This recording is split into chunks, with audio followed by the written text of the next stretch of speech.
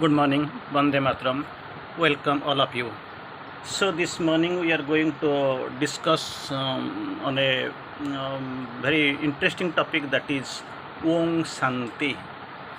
So of course you are acquainted with the term Shanti, peace, calm. So these are the terms you are better acquainted with, and almost every time you just use and on yourself, and of course on outwardly and inwardly, covertly and overtly, hiddenly or openly.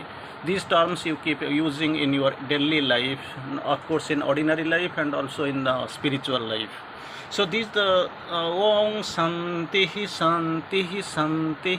Simply, our people who are pursuing this integral yoga must be acquainted with this prayer. O peace, come manifest. O peace, come manifest. We need peace. Peace is the basic condition requirement in this sadhana. Of course, it's the integral yoga. So peace, both external and internal, it is required. It is the basic requisite in the path. So today we are going to discuss little bit on Shanti. The topic, the caption will be Om Shanti. O truth, come manifest. So anyway, the two terms we use, Shanti and Asanti. So without lack of peace, these are the two terms. It is almost running side by side in our life, both in spiritual life and of course who have gone across the, who have actually crossed the limit, who has come to a point for them actually Asanti is not there. But thing is that initial level, personal effort when it is required at the very starting, very beginning. So both the things are coming simultaneously into his life. So today we are going to discuss something, of course, and quarter on our discussion on peace.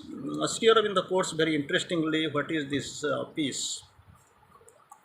Here in the course, Shanti is peace or calm. Shanti, already Om Shanti. Here in the course, very interesting, that tries to clarify and confirm. So Shanti is peace or calm. It is not Ananda. There is a big difference between Shanti and Ananda. Shanti is peace and or calm. That is possible, but not Ananda. There can be, of course, be a calm Ananda.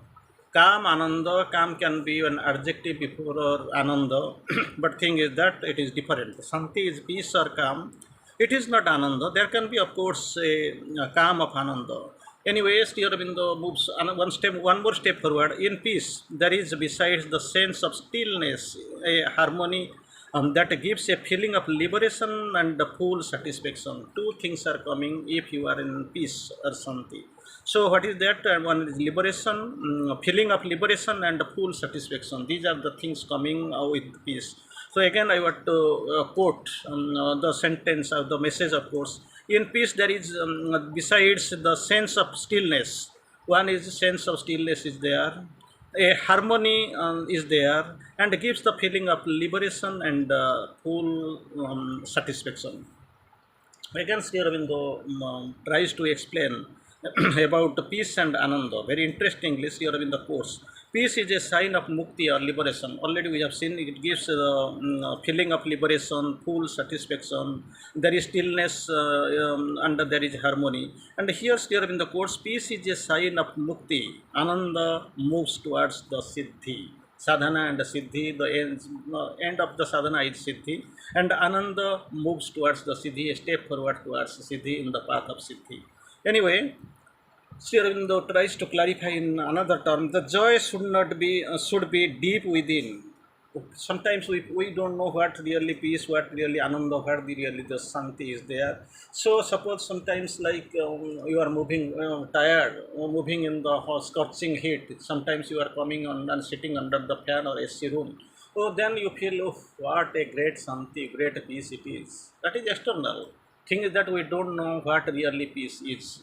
Suppose we are too much hungry. After get hungry, we are getting little bit of food. So after eating the food, oh, what a great peace, great Shanti is there. But thing is that all the external, it is actually satisfying the mind. But the thing is the real Shanti, the real peace, the definition is something different. The peace need not be grave or joyless. Anyway, we'll quote that previous term. The joy also should be deep within. Even if it is the joy, after joy also so many layers you will, so many terms you will find, like delight, epiphany, bliss, ananda, beatitude, rapture. So many things you will get. But thing is, even if the joy is, the joy also should have a deep within, then it will not conflict with the deeps of the peace and inner consciousness. So everything, from the here, from this point of time, from this bend of life, you will see that everything is really within, nothing external, everything is internal. So against during the course, the peace and the patience go together. Peace and patience. If there is no patience, if you are impatient, that is naturally that turbulence, no peace will come. Like you can take the example, compare also the terms, like suppose you are standing on the seashore, there is actually turbulence, there is waves, there is so many sounds and all. But if you go deep within, on the surface only you see find all this turbulence, on this disturbance on everything. But if you go deep within the sea, and you turn horizontally and vertically, if you go a long distance, naturally this turbulence, this disturbance will not be there, and you will never be affected. And Sri Aurobindo anyway quotes here, peace and patience go together. By having patience under all kinds of pressure, you will have the foundation of peace. That patience must be there. Situation will be turbulence, so many problems will be coming to you, there will be pressure natural in your life. If you can withstand that pressure, under all kinds of pressure, if you can, of course, keep patience, then that is the foundation of the peace, real peace. Again, we'll see another things here in the pure. Then of course the peace need not be grave and joyless. Sometimes we feel peace, nobody will be there, I will be simply silent, I will talk to none, I will be in the almost in the confined atmosphere, nothing like this. So still in the course, peace need not be grave or joyless. There should be nothing gray in it. Everything will be illumined, everything will be blissful, nothing grave in it. But the gladness or joy or sense of lightness that comes in the peace must be necessarily something internal. That's what again and again here in the course, everything must be internal. That gladness, that joyfulness, and this sense of lightness, everything must be internal. If we stay on the surface, then after some times it will go. So if we are connected and we are lying tagged to the internal consciousness, that it is long, its longevity is more, it is enduring, and it has got a big lifespan. So self, not only internal, something internal, self existence, are due to a deepening of experience.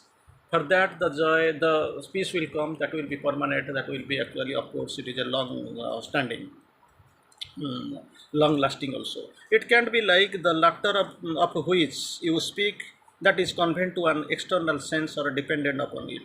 Something you got the, your son got the merit, you got the laughter, a sense of peace. No, that is actually external. It is somehow, it is nothing with actually yogic experience, nothing it relates. So something amusing, exhilarating, etc., that is external. But that joyfulness, that chillness, that coolness, that carefulness, and that truthfulness, all are equanimity, calmness, peace, shanti, everything is internal. It must be though, so it must be taken care of. Then after peace, another term, actually it is coming to purity. But before we are going to purity, onwards definition we'll see. The peace is more positive than calm. Sometimes we see calm, we are sitting there peace, but it is different. Peace and is more positive than calm. There can be a negative calm, which is merely the absence of disturbance or trouble. When there is no disturbance, no trouble, there is also one calmness, but it is a negative type. But the peace is always something positive. There is no negative in peace, or negativity in peace. It is always positive, bringing not merely the release of calm dots, or but a certain happiness and ananda of itself. Every time this peace brings ananda and happiness. There is also a positive calm, some could not always negative. In calm, positivity also in calmness is there. Positive calm, something that stands against all things that seek to trouble, not thin and natural like the negative calm. So it is thin, negative is also calm is there, and the positive calm also is there. But the thing is that it is very thin. But not, but strong and massive. comparing to negative peace. So again we'll go for this when we have talked about the peace, calm, Santi, etc. Ananda. Now it shall go another step forward, that is purity. Purity, sometimes when we feel we are purity means we have taken bath, we have so many dust and everything was there, we have cleaned it out. So our dress is cleaned, our body is cleaned. So like this we take it that way. But actually here we are speaking of the purity, soul's purity, and it is internal purity.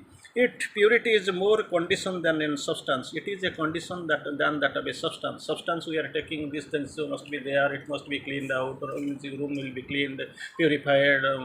Now itself we are taking sanitizer and all. So these are the external things. Instead in the course purity is more a condition than a substance.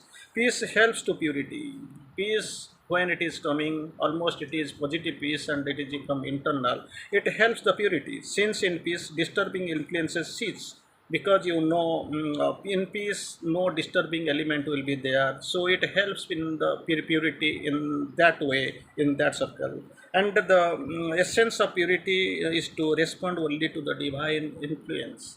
Here see impurity and purity we have seen. Impurity, we have when we are cleaning the room, it was impure, we have cleaned it, so it is pure. That way we are thinking.